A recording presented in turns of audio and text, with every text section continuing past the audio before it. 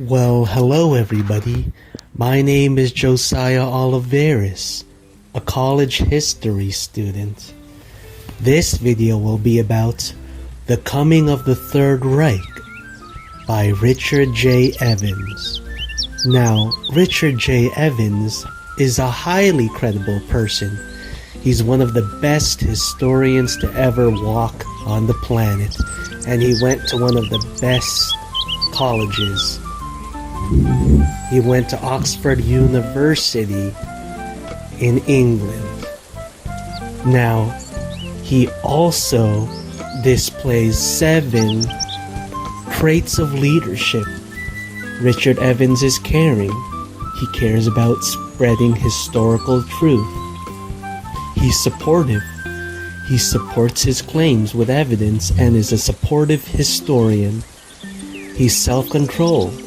He shows a little bias. He's loyal. He's consistent throughout his book and loyal to his sharing of his knowledge on Germany. He's honest. He doesn't sugarcoat history. And finally, he's intelligent.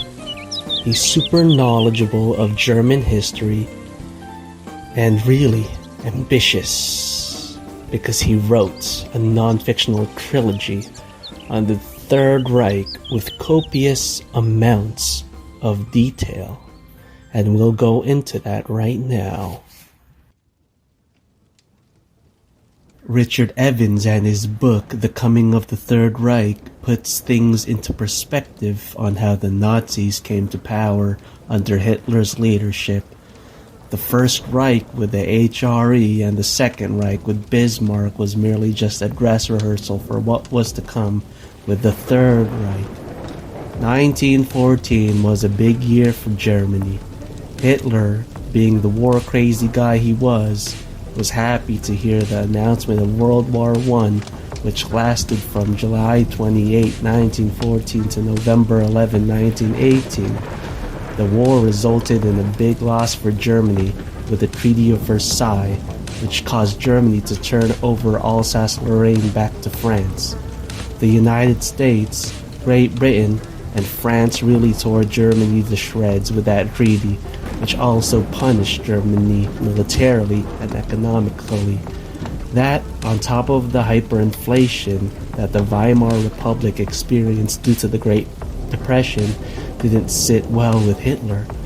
The Weimar Republic lasted for 15 years from 1918 to 1933, and didn't experience a longer period than that because the people of Germany were tired of this weak form of government. They wanted to, in some sense, make Germany great again and craved reform. It was only a matter of time until some charismatic leader would step up to do his job.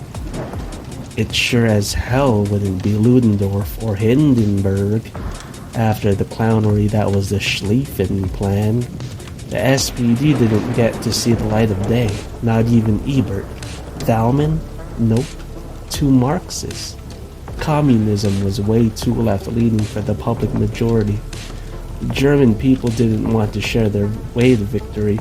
They wanted to be the best country in the world.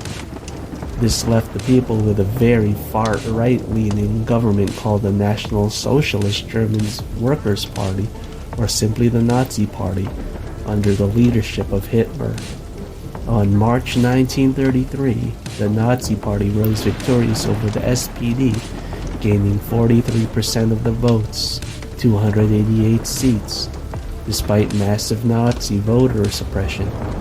Fascism was on the horizon, and eventually all of the other political parties were made illegal through the Enabling Act of March 1933. Violence ensued to those who opposed this party, and many were sent to concentration camps as a result for their non-allegiance to Hitler, such as those of the SPD and the KPD. On January 30, 1933, Hitler was appointed by Hindenburg as the Chancellor of Germany. As seen in his book Mein Kampf, Hitler greatly despised Jews, which resulted in the deaths of approximately 6 million Jews during the Holocaust.